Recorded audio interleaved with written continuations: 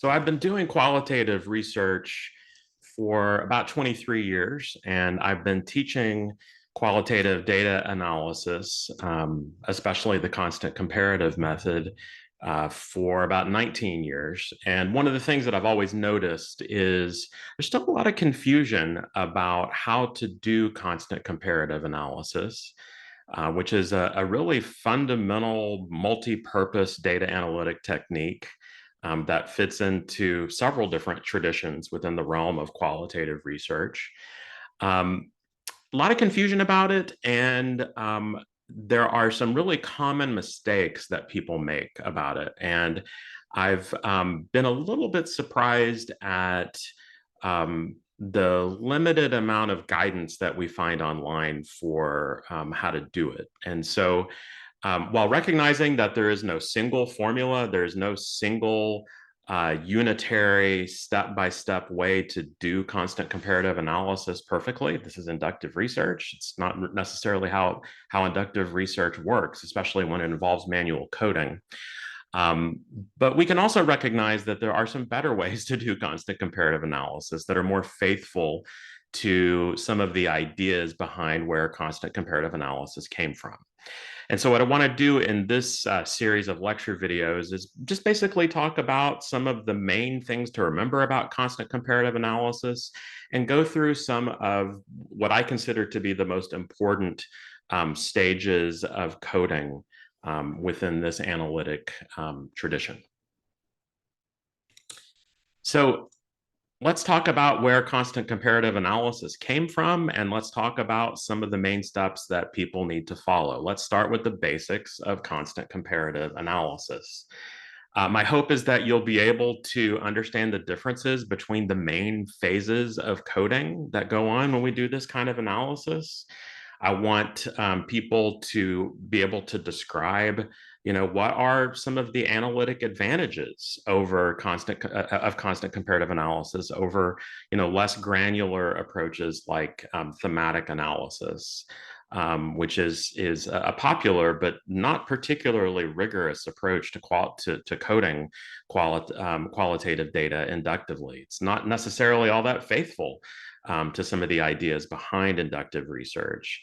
I also want people who are new to this realm of data analysis to be able to recognize when they are coding within the right phase or when they're coding out of phase. In other words, will you recognize when you are being tempted to jump out of open coding too quickly into axial coding, for example?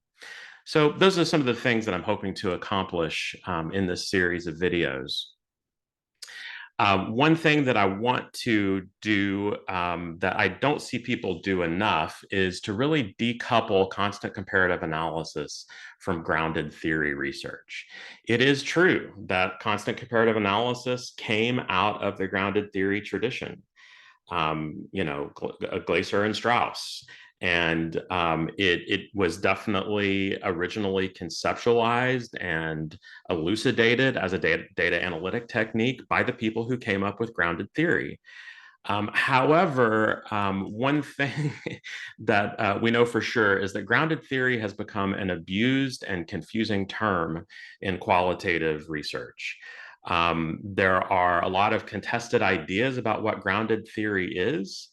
And so I prefer to refer to constant comparative analysis as a data analytic technique that came out of grounded theory, but is really associated with several different traditions in, in the realm of qualitative research.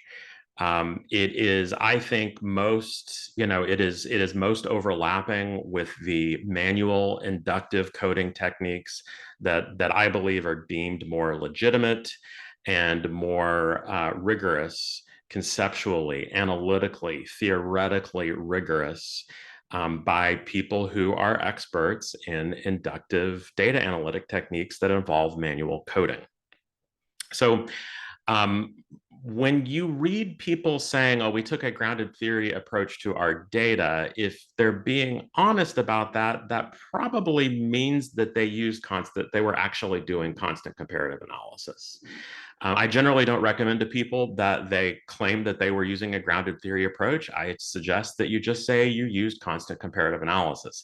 That is a much more specific, more descriptive term than grounded theory, which is a really abused term. It's almost abused as much as words like communication and leadership, where everything counts as communication, everything counts as leadership.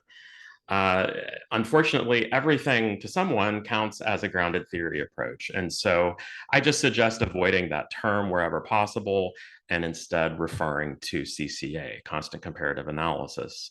The purpose of constant comparative analysis is to do emic coding, to begin with the lowest level of abstraction possible by fracturing the data as much as possible, because you're trying to accomplish the ultimate mission of inductive manual coding, which is to derive categories from the data itself, not from existing theory, which was overwhelmingly developed by a sample of scholars that do not necessarily represent the larger population and have their own biases and their own traditions and their own unquestioned assumptions.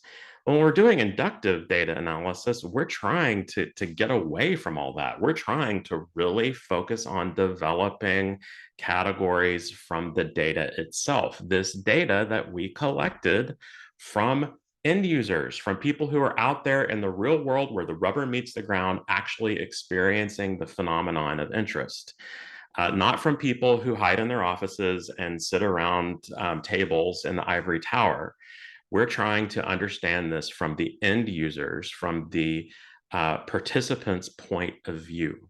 We're trying to privilege their point of view, and we're trying to use their subjective insight as a source of insight. And so we want to avoid jumping to conclusions that something that we're seeing in our data is an example of X concept from existing theory or Y concept from existing theory.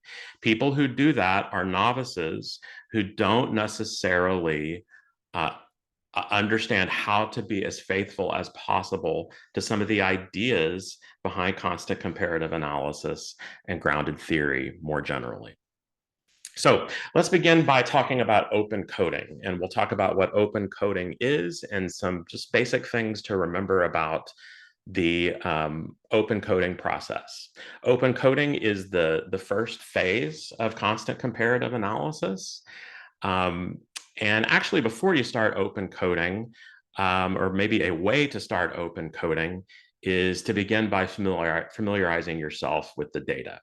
But the larger point of this early sort of opening phase of inductive data analysis is to try to broaden your perspective, to really be critical and self-reflexive about what your assumptions are, and to really try to take on an analytic ethic of, I don't necessarily know what I'm talking about. These people who we interviewed, these people who we observed, these people who generated these documents that we're analyzing, whatever the data source is, these people are on the ground out there in the real world experiencing the phenomena of interest. And I want to avoid imposing my assumptions, at least at this point in the process, avoid imposing existing theoretical assumptions on the data. If the data fit those assumptions, if the data turn out to reinforce those existing assumptions, that's great. But let's not miss it if they don't. Let's really privilege the data. Let's respect our participants and really try to dive into their perspective, their point of view.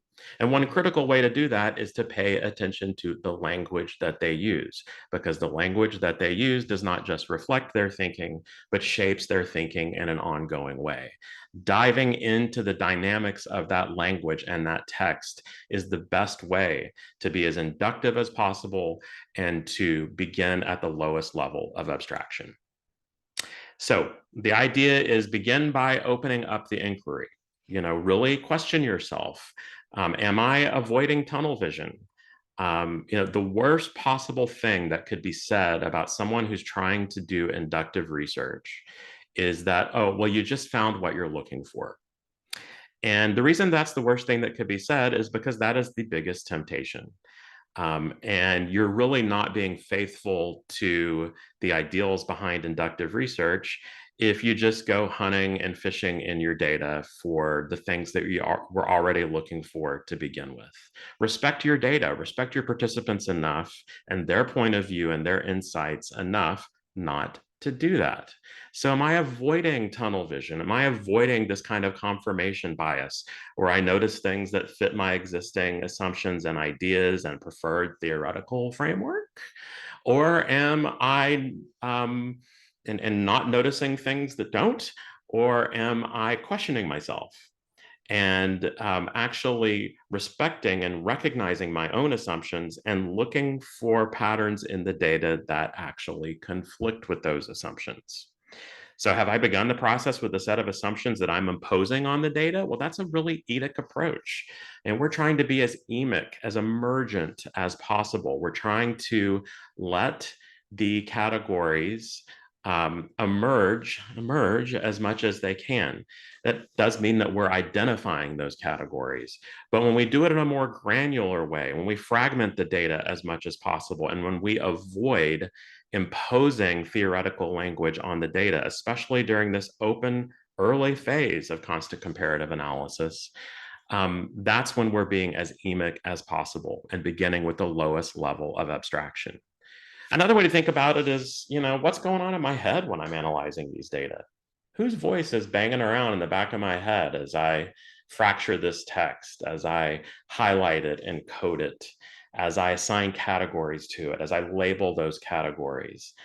Is the loudest voice the voice of the participant, or is the loudest voice my existing training, existing theory, preferred concepts, preferred frameworks, existing biases of my training? That is a perfectly good set of voices to pay attention to when you're taking a deductive approach to your data, qualitative or quantitative. But constant comparative analysis is designed to be as inductive as possible. And so the voices that should be loudest in your heads are those of your participants, those people who are speaking in that text that you are analyzing that is part of your data. The easiest way to begin is frankly where most inductive data analytic techniques begin, even thematic analysis, which is just reading your data and getting familiar with it. Try to get a general sense of what's going on in the data. What are the just sort of larger patterns of what's happening? What are people talking about? What's some language that people are using, and what's interesting about that language? What language are they not using?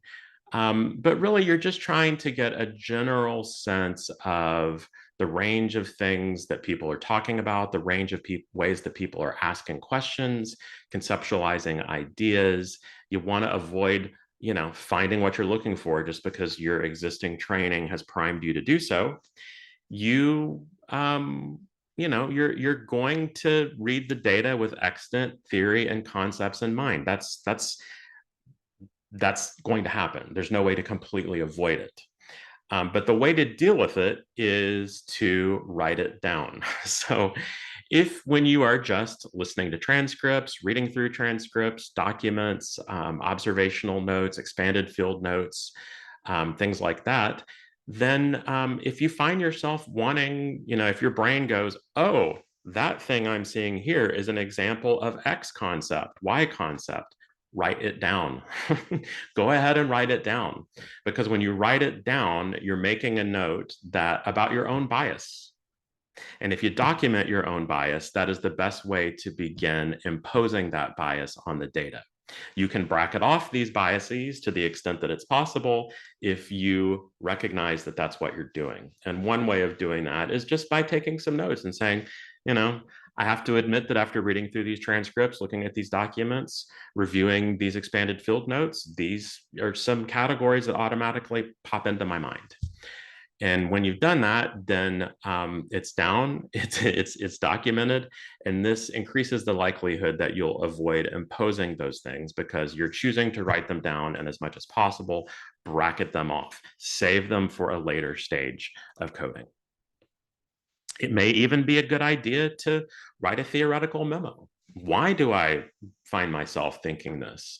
What are some reasons that imposing these categories might be wrong? What might I be missing by saying, oh, well, that's role ambiguity, or oh, that's uncertainty reduction, or oh, that's burnout. Well, those are theoretical concepts that were imposed from the ivory tower. We're trying to avoid that. And sometimes writing theoretical memos you can force yourself to question those assumptions and open yourself up to new possibilities that you might be able to identify in the data. So open coding specifically, after you've done that, the thing that really is specific to constant comparative analysis in terms of the first stage is open coding. And this is when we break the data down into fragments. And what we're trying to do here is to fragment the data as much as possible. In the next video, we'll really start diving into what open coding is and what it's not, and some ways that you can really force yourself to be loyal to the ideas and the assumptions behind open coding and constant comparative analysis.